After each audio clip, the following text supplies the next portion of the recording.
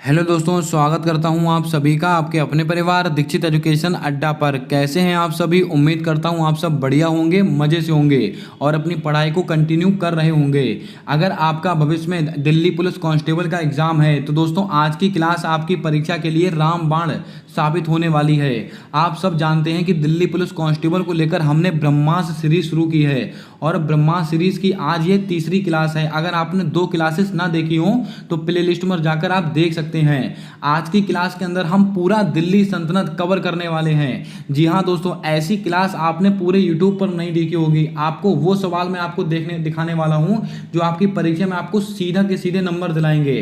पूरी क्लास आप अपनी कॉपी के अंदर इसके नोट्स बनाते चलिएगा, आपको बहुत बेनिफिट होने वाला है दिल्ली पुलिस के एग्जाम के अंदर। आइए शुरू करते हैं आज की क्लास। देखते हैं अपने सारे महत्वपूर्ण फैक्ट है। यहाँ पर मैंने केवल और केवल महत्वपूर्ण फैक्ट लिए हैं, क्वेश्चंस नहीं लिए हैं। हम एक एक फैक्ट पर बात करते चलेंगे। दोस्तों आपको बता दें, भारत पर आक्रमण, अगर आपसे सवाल पूछा जाए कि भारत पर सबसे पहले मुगलों का आक्रमण दोस्तों कब हुआ था, दोस्तों सबसे पहले किस मुगल ने दोस्तों भारत पर आक्रमण किया था, तो आपको ध्यान में रखना है मोहम्मद बिन कासिम ने। और दोस्तों आपको बता दें, मोहम्मद बिन कासिम ने भारत पर एक बार आक्रमण किया। आपसे कई बार सवाल पूछ लिया जाता है कि मोहम्मद बिन कासिम ने भारत पर कितनी बार आक्रमण किया? एक बार आक्रमण किया। उसके बाद दोस्तों किसने आक्रमण किया था? महमूद गजनबी। मोस्ट इंपॉर्टेंट सवाल है, आपसे कई बार परीक्षा में पूछा गया कि महमूद गजनबी ने भारत पर कितनी बार आक्रमण किया? 17 बार आक्रमण किया। इस फैक्ट को भी आपको याद रखना है। अगला फैक्ट है कि मोहम्मद गौरी ने भारत पर कितने बार आक्रमण किया? 5 बार। ये दोस्तों किसने कितनी बार आक्रमण किया, ये फैक्ट है, इनको आप याद रखेंगे। आइए चलते हैं अगले फैक्ट की ओर। अब दोस्तों यहां से हम बात करने वाले हैं मोहम्मद बिन कासिम से संबंधित महत्वपूर्ण तथ्यों को लेकर, यानी कि मोहम्मद बिन कासिम से दोस्तों आपकी परीक्षा में क्या क्या सवाल बन सकते हैं। आपसे क्वेश्चन पूछा जाए भारत पर आक्रमण है, यानी कि मोहम्मद बिन कासिम ने भारत पर कब आक्रमण किया था? 712 एडी। ये तारीख आप नोट करते चलिएगा अपनी कॉपी के अंदर। अगर क्वेश्चन पूछा जाए कि मोहम्मद बिन कासिम ने भारत पर कहां पर आक्रमण किया था, तो दोस्तों सिंध पर आक्रमण किया था। कहां पर? सिंध पर आक्रमण किया था। इसके अलावा जब मोहम्मद बिन कासिम ने सिंध पर आक्रमण किया था तो उस समय सिंध का राजा कौन था? दाहिर। जो सवाल मैं बोल रहा हूं ऐसे ही सवाल आपको दिल्ली पुलिस कांस्टेबल में देखने को मिलेंगे। मोहम्मद बिन कासिम ने भारत पर कब आक्रमण किया? 712 एडी में। और दोस्तों कहां पर आक्रमण किया? सिंध पर आक्रमण किया। और जब सिंध पर आक्रमण किया था तो उस समय सिंध का राजा कौन था? दाहिर। और दोस्तों फारस का उस समय खलीफा कौन था? अल हजाज उस समय फारस का खलीफा था। ये 4 क्वेश्चन है, इसको आप नोट कर सकते हैं। चलिए बढ़ते हैं अगले क्वेश्चन की ओर, यानी कि अगले फैक्ट की ओर। अब दोस्तों अगर आपसे क्वेश्चन पूछा जाए मोहम्मद बिन कासिम ने जो भारत पर आक्रमण किया था उसका वर्णन कौन सी किताब में मिलता है, तो आपसे सवाल पूछा जाएगा कि मोहम्मद बिन कासिम का भारत पर आक्रमण का दोस्तों उल्लेख किस किताब में किया गया है? चचनामा। ये महत्वपूर्ण किताब है, इसको आप नोट करके रखेंगे। अच्छा सवाल है, सारे सवाल टीसीएस में पूछे गए सवाल हैं विभिन्न परीक्षाओं में। दोस्तों आपकी जानकारी के लिए बता दें, भारत में सबसे पहले जजिया कर मोहम्मद बिन कासिम ने वसूला। बहुत बच्चे कंफ्यूज हो जाते हैं तो दोस्तों इल्तुतमिश कहीं कुछ लगा देते हैं। अगर आपसे सवाल पूछा जाए भारत में सबसे पहले जजिया कर किसके द्वारा वसूला गया था? मोहम्मद बिन कासिम के द्वारा। चलिए बढ़ते हैं अगले क्वेश्चन की ओर।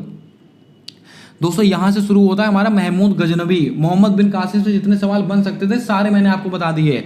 महमूद गजनबी, अगर क्वेश्चन पूछा है कि भारत पर 217 बार आक्रमण किसने किया था? महमूद गजनबी ने किया था। और दोस्तों ये कहां से आया था? ये सवाल आपसे पूछा था कि महमूद गजनबी कहां से आया था? ये दोस्तों गजनी से आया था। कहां से आया था? गजनी से आया था। अगर क्वेश्चन पूछा जाए दोस्तों महमूद गजनबी ने सोमनाथ मंदिर पर आक्रमण कब किया था? 1025 एडी में। 20 बार सवाल पूछा गया है आपके एसएससी के अंदर, इसको आप ध्यान में रखेंगे। तो ये 3 फैक्ट हैं, इनको आप याद रखें। अगले फैक्ट दोस्तों, अगर क्वेश्चन पूछा जाए कि महमूद गजनबी ने दोस्तों क्या क्या लूटा था सोमनाथ मंदिर पर, तो दोस्तों 700 मन सोना लूटा था। कितना? 700 मन सोना लूटा था और 1200 मन चांदी लूटी थी। ये दोनों फैक्ट भी आपको याद रखना है। ये आंकड़े भी आपसे कई बार परीक्षा में पूछे गए आंकड़े हैं। अगर क्वेश्चन पूछा जाए अल बरूनी, नाम नोट कीजिएगा, अल बरूनी, फारूकी, उतनी, फिरदौसी, दोस्तों ये सब के सब कौन थे? ये महमूद गजनवी के समय के इतिहासकार थे। तो आपसे सवाल इन चारों में से कैसे पूछ सकते हैं? आपसे पूछ सकते हैं कि अलबरूनी किसके समय के इतिहासकार हैं, फारूकी किसके समय के इतिहासकार हैं, उतनी किसके समय के इतिहासकार हैं, फिरदौसी किसके समय के इतिहासकार हैं। ये चारों के चारों महमूद गजनवी के समय के इतिहासकार हैं, इसको आप ध्यान में रखेंगे। अब बात करते हैं अपने अगले फैक्ट की ओर। दोस्तों यहाँ से शुरू होता है हमारा मोहम्मद गौरी। मोहम्मद गौरी से दोस्तों आपसे क्या क्या सवाल पूछा जाएगा उसको आप देख लीजिएगा। सबसे पहला सवाल दोस्तों, मोहम्मद गौरी ने भारत पर कितनी बार आक्रमण किया था? तो मैंने आपको बताया था 5 बार आक्रमण किया था। कितनी बार? 5 बार आक्रमण किया था। सबसे पहला आक्रमण किया था 1175 ईस्वी में, मुल्तान पर आक्रमण किया था। तो आपसे सवाल पूछा जाएगा मुल्तान पर आक्रमण कब हुआ था? 1175 ईस्वी में। और उस समय मुल्तान का राजा कौन था? राजा मूलराज। इसको भी आप नोट करेंगे, क्योंकि दोस्तों जब मोहम्मद गौरी ने आक्रमण किया था तो उस समय राजा कौन थे, ये सवाल भी एसएससी ने कई बार पूछे हैं। दोस्तों आप यकीन मानिए ये वो सवाल हैं जो आपको कहीं नहीं मिलने वाले हैं। अगर आप गूगल पर भी सर्च करने वाले हैं तो गूगल पे भी आपको ये सवाल नहीं मिलेंगे। ये सवाल सारे के सारे अच्छी अच्छी किताबों से दोस्तों छांट कर तैयार किए गए हैं। इनको आप अपनी कॉपी में एक बार नोट्स बना लें और फिर देखिएगा दोस्तों 100% आपको नंबर मिलने वाले सवाल होंगे। अगला फैक्ट है दोस्तों 1178 को दोस्तों माउंट आबू पर आक्रमण किया गया था मोहम्मद गौरी के द्वारा। और उस समय माउंट आबू के राजा कौन थे? राजा भीमदेव सेकंड। मोस्ट इंपॉर्टेंट सवाल। और फिर दोस्तों 1191 बच्चे को पता है तराइन का पहला युद्ध हुआ था। किसके बीच में हुआ था? पृथ्वीराज चौहान और मोहम्मद गौरी के बीच में, जिसमें दोस्तों पृथ्वीराज चौहान की विजय हुई थी, मोहम्मद गौरी हार गए थे। अगला क्वेश्चन यानी कि अगला फैक्ट 1192, इसमें दोस्तों तराइन का दूसरा युद्ध हुआ था और इसके अंदर पृथ्वीराज चौहान की हार हुई थी, मोहम्मद गौरी जीत गए थे। ये क्वेश्चन हैं, इनको आप ध्यान में रखेंगे। 1175 मुल्तान पर आक्रमण, राजा कौन था? राजा मूलराज। 1178 माउंट आबू पर आक्रमण, राजा कौन थे? राजा भीमदेव सेकंड। 1191 तराइन का पहला युद्ध, पृथ्वीराज चौहान मोहम्मद गौरी, जिसमें दोस्तों पृथ्वीराज चौहान जीत गए थे। तराइन का दूसरा युद्ध 1192, पृथ्वीराज चौहान हार गए थे, मोहम्मद गौरी जीत गया था। चलिए बढ़ते हैं अगले क्वेश्चन की ओर, यानी कि अगले फैक्ट की ओर। अगला फैक्ट पूछा गया कि 1194 में दोस्तों किसके बीच में युद्ध हुआ? चंदावर का युद्ध था। आपको याद होगा राजा जयचंद और मोहम्मद गौरी के बीच में हुआ था। और दोस्तों जिसमें मोहम्मद गौरी की विजय हुई थी, राजा जयचंद को पराजित कर दिया गया था, यानी कि 1194 को चंदावर का युद्ध हुआ था। अब दोस्तों अगर हम अगले फैक्ट की बात करें तो दोस्तों बिहार में नालंदा विश्वविद्यालय में आग इस मोहम्मद गौरी के कमांडर था बख्तियार खिलजी, इसने लगाई थी। किसने लगाई थी? मोहम्मद गौरी का कमांडर था बख्तियार खिलजी, इसने दोस्तों नालंदा विश्वविद्यालय में आग लगाई थी। इसको भी आपको याद रखना है। और एक सवाल पूछा जाता है कि किस मुगल शासक ने अपनी दोस्तों मुद्रा पर माता लक्ष्मी की प्रतिमा दोस्तों यानी कि उनकी फोटो बनवाई थी? तो मोहम्मद गौरी आपका बिल्कुल राइट आंसर होगा। इसको भी आपको याद करके रखना है। और ये सवाल बहुत बार कंफ्यूज करता है बच्चों को। आइए चलते हैं नेक्स्ट फैक्ट की ओर। अब दोस्तों यहां से शुरू होता है हमारा दिल्ली सल्तनत। दिल्ली सल्तनत यहां से सवाल दोस्तों 100% आपका एसएससी उठाता ही उठाता है। इसको आप बहुत ध्यानपूर्वक नोट करते चलें। दोस्तों दिल्ली सल्तनत का कार्यकाल मैं आपको नोट करा देता हूं, पहले इसको कार्यकाल को आप नोट कर लीजिएगा। 1200, 600, 1526 तक दोस्तों दिल्ली सल्तनत का कार्यकाल है। कई बार परीक्षा में पूछ लेता है आपसे। अब दोस्तों इनका क्रम आपको ऐसे ही याद करना है। क्या होता है कि कई बार आपसे क्रम पूछा था कि पहले कौन सा वंश आया था, पहले कौन सा वंश आया था, ऐसे इनका क्रम पूछ लेता है। इनको आप ऐसे ही याद करेंगे। पहले कौन आया था? गुलाम वंश। और गुलाम वंश ने दोस्तों कब से कब तक शासक किया था? 1206 से 1290 तक शासक किया था गुलाम वंश ने। उसके बाद आया खिलजी वंश, 1290 से 1320 तक दोस्तों खिलजी वंश ने शासक किया था। एक सवाल आपसे यहां से पूछा जाता है कि दिल्ली सल्तनत पर सबसे कम समय तक किसने शासन किया था? खिलजी वंश ने शासन किया था। आप देख सकते हैं 1290 से 1320 यानी कि कुल 230 साल शासन किया है। अब दोस्तों उसके बाद आता है तुगलक वंश, 1320 से 1414। यहां से एक सवाल आपसे बनता है कि दिल्ली सल्तनत पर सबसे अधिक लंबे समय तक राज कौन से वंश ने किया था? ये दोस्तों तुगलक वंश ने ही किया था। उसके बाद दोस्तों आता है सैयद वंश, 1414 से 1450 तक। उसके बाद आता है लोधी वंश, 1451 से 1426 तक। इसको भी आप नोट करके रखें। ये वो सवाल है दोस्तों आपको कहीं नहीं मिलने वाले हैं। आइए चलते हैं नेक्स्ट क्वेश्चन की ओर।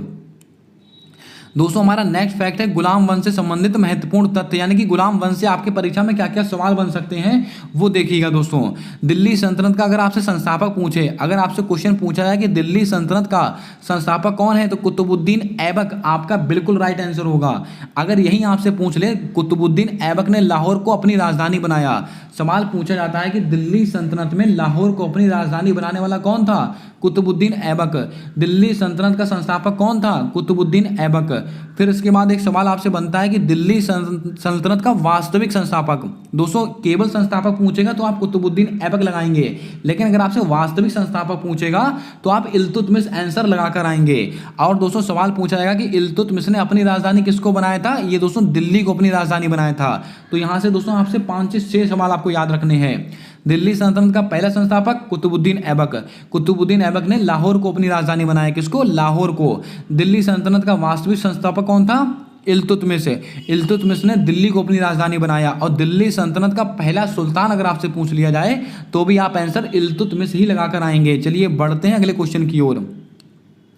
दोस्तों टका तथा जीतल सिक्के किसके द्वारा चलाए गए थे? इल्तुतमिश के द्वारा चलाए गए थे। मोस्ट इंपॉर्टेंट सवाल है, आपसे पूछेगा कि टका और जीतल सिक्के किसके द्वारा चलाए गए, तो आपको ध्यान में रखना है ये दोस्तों इल्तुतमिश इसके द्वारा चलाए गए थे। चलिए बढ़ते हैं नेक्स्ट फैक्ट की ओर।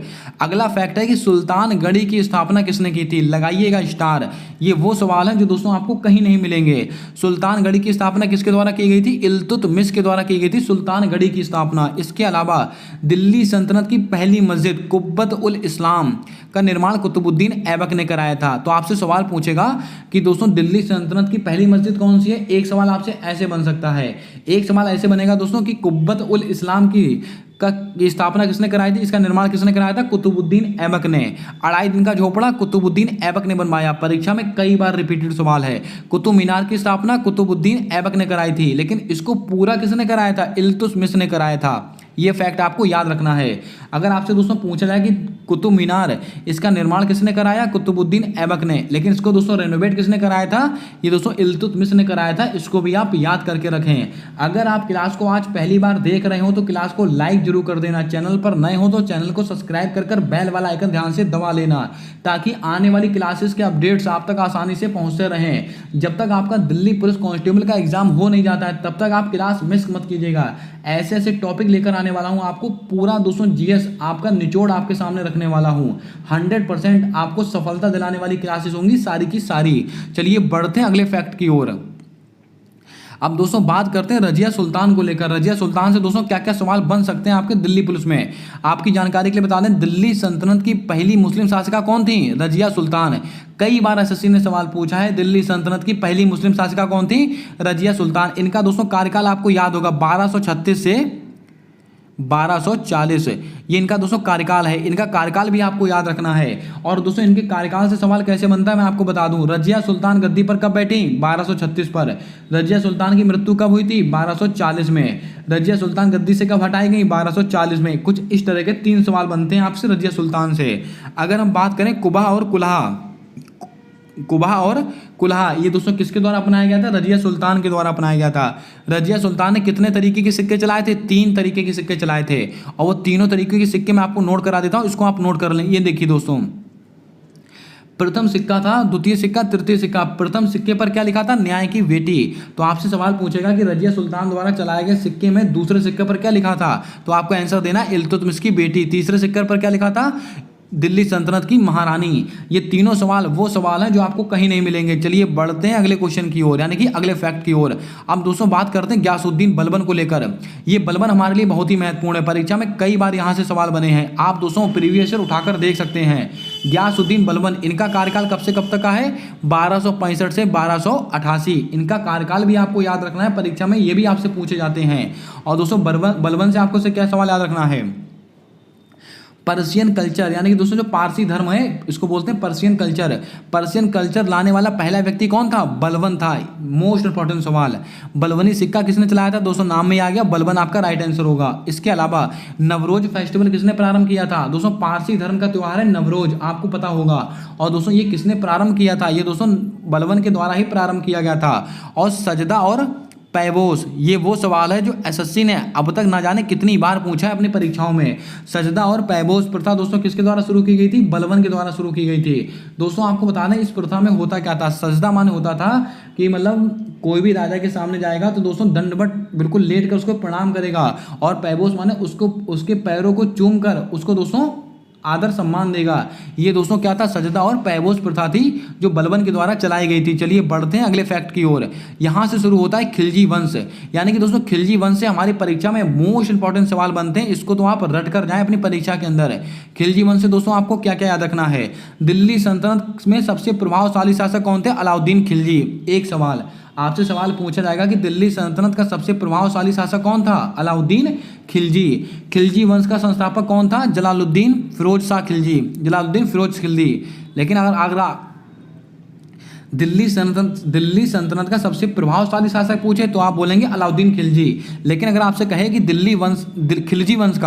खिलजी वंश का संस्थापक कौन था, जलालुद्दीन फिरोज खिलजी। इसको आप नोट करके रखेंगे। अगला फैक्ट दोस्तों, हमारे लिए खिलजी वंश बहुत ही महत्वपूर्ण है ये, क्योंकि परीक्षा में कई बार आता है और सवाल आपसे ये भी पूछा जाता है कि सबसे कम समय तक दिल्ली सल्तनत पर किसने शासन किया था, खिलजी वंश ने किया था। दोस्तों कब से कब तक है, 1290 से 1320 तक, आपको याद होना चाहिए। अगला क्वेश्चन है कि अलाउद्दीन खिलजी का वास्तविक नाम, कई बार परीक्षा में आया सवाल है, अली गुरसाब। क्या नाम है इनका, अली गुरसाब। ये दोस्तों अलाउद्दीन खिलजी का वास्तविक नाम है, इसको आप याद करके रखेंगे। घराई और चराई टैक्स, घराई और चराई टैक्स किसके द्वारा लगाया गया था, अलाउद्दीन खिलजी के द्वारा। दोस्तों घराई टैक्स और चराई टैक्स क्या होता है, घराई टैक्स मतलब जो दोस्तों घर होते हैं उन पर टैक्स लगाया था। चराई टैक्स अगर आपके पास कोई मवेशी हैं, कोई जानवर हैं, उनको अगर आप चराते हैं तो दोस्तों चराई टैक्स उसमें लगाया जाता था। और दोस्तों अगला सवाल है, सैलरी बेसिस पर आर्मी रिफॉर्म किसने शुरू किया था, यानी कि दोस्तों जो और आर्मी रखी गई थी, जो सेना रखी गई थी, उनको दोस्तों सैलरी देना किसने प्रारंभ किया था, यानी तनख्वाह देना किसने प्रारंभ किया था, अलाउद्दीन खिलजी ने। ये फैक्ट भी आपको याद रखना है।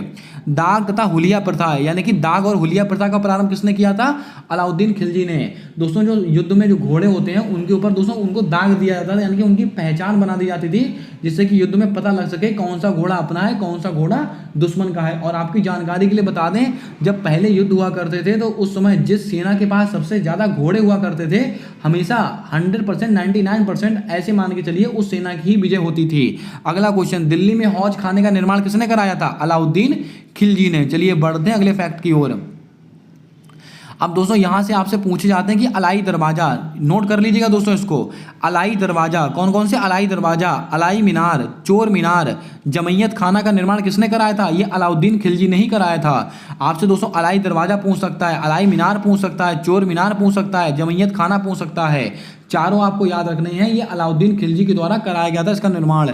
अपनी राजधानी श्री को किसने बनाया था, अलाउद्दीन खिलजी ने। और दोस्तों आपने पढ़ा था, जल्दी से बताएं, दिल्ली को अपनी राजधानी किसने बनाया था, अभी मैंने आपको बताया है दोस्तों, लाहौर को बनाया था कुतुबुद्दीन ऐबक ने, दिल्ली को बनाया था इल्तुतमिश ने। और आपसे सवाल पूछेगा कि दिल्ली सल्तनत पर श्री को अपनी राजधानी किसने बनाया था, अलाउद्दीन खिलजी ने बनाया था। अगला क्वेश्चन है, अलाउद्दीन खिलजी ने मलिक कफूर को नायाब का टाइटल दिया, मोस्ट इंपॉर्टेंट सवाल।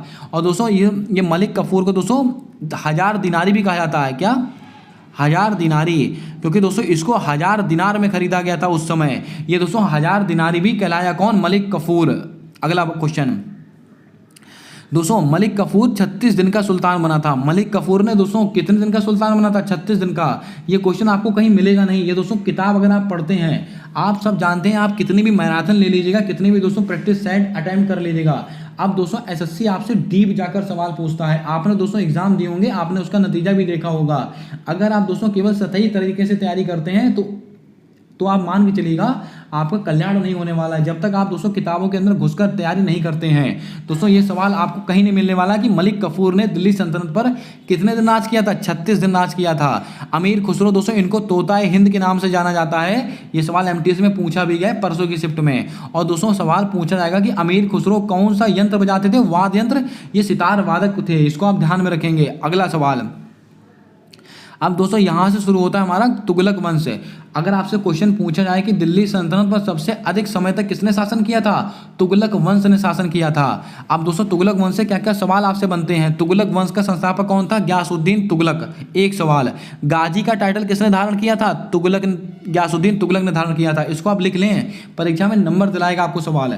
गाजी का टाइटल किसने धारण किया था, ग्यासुद्दीन तुगलक ने।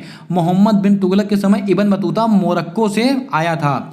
अगर आपसे क्वेश्चन पूछा जाता कि इब्न बतूता किसके शासनकाल में आया था, मोहम्मद बिन तुगलक के शासनकाल में। और इब्न बतूता कहाँ से आया था, मोरक्को से आया था। इब्न बतूता की पुस्तक है रहेला, कौन सी, रहेला पुस्तक है, इसको भी आप याद करके रखें। दोस्तों जल्दी से बताएं, अकबरनामा ये किसकी पुस्तक है, इसका जवाब आपको कमेंट में छाप कर बताना है। अगला फैक्ट है कि दिल्ली सल्तनत में सबसे पहले पत्राचार तथा नहरों का निर्माण किसने कराया था, ये दोस्तों मोहम्मद बिन तुगलक ने कराया था, इसको भी आपको ध्यान में रखना है। यहाँ पर मोहम्मद बिन तुगलक की बात चल रही है तो दोस्तों उन्हीं ने करवाया होगा। मोहम्मद बिन तुगलक को पागल राजा भी कहा जाता है, मोस्ट इंपॉर्टेंट सवाल है, कई बार एसएससी ने पूछा है।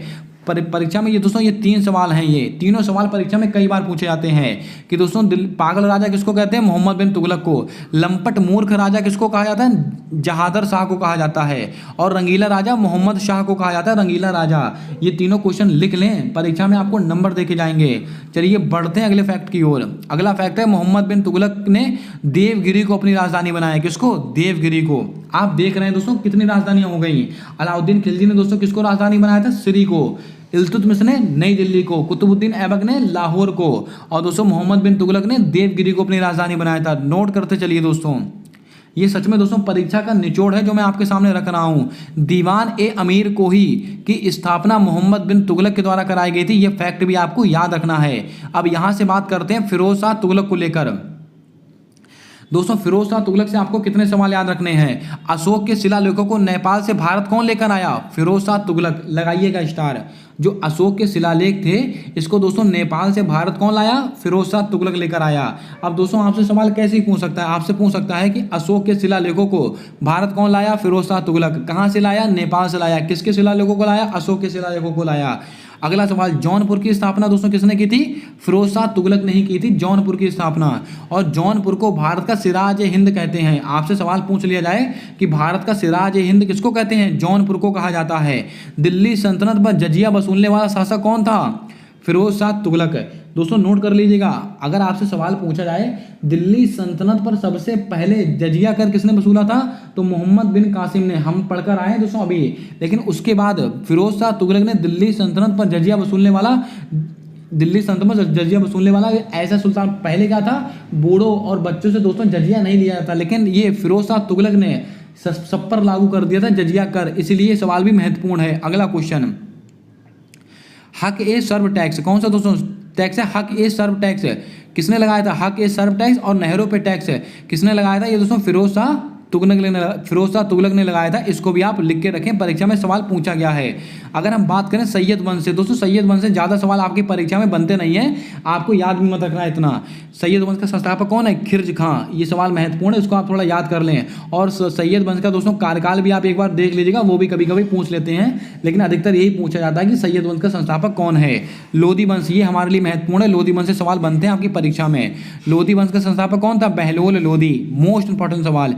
दिल्ली सल्तनत पर राज करने वाला पहला अफगानी कौन था? बहलोल लोधी था। इसको आप लिख कर रखिएगा अपनी परीक्षा के लिए। अगला फैक्ट है, अब बात करते हैं सिकंदर लोधी को लेकर, यानी कि दोस्तों आखिरी वंश है हमारा दिल्ली का, सिकंदर लोधी। सिकंदर लोधी ने आगरा की स्थापना कब की थी? 1504 ईस्वी में की थी। आगरा को 1506 में अपनी राजधानी बनाया था। तो आपसे सवाल पूछेगा कि सिकंदर लोधी ने आगरा की स्थापना कब की? 1504 में। राजधानी कब बनाया? 1506 में। गुरु लिखी के नाम पर कविताएं लिखी किसने? सिकंदर लोधी ने।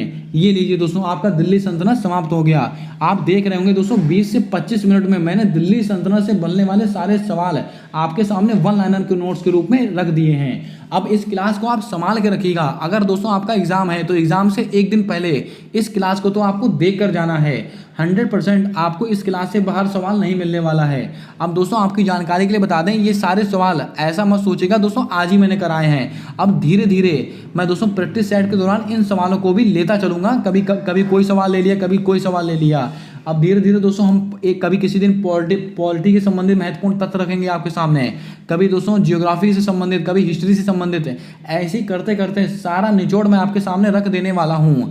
अगर आपको क्लास पसंद आई है तो क्लास को लाइक कर देना, चैनल पर नए हो तो चैनल को सब्सक्राइब कर बेल वाला आइकन ध्यान से दबा देना, ताकि आने वाली क्लासेस के अपडेट्स आप तक आसानी से पहुँचते रहें। मिलते हैं नेक्स्ट क्लास में, तब तक के लिए जय हिंद जय भारत दोस्तों।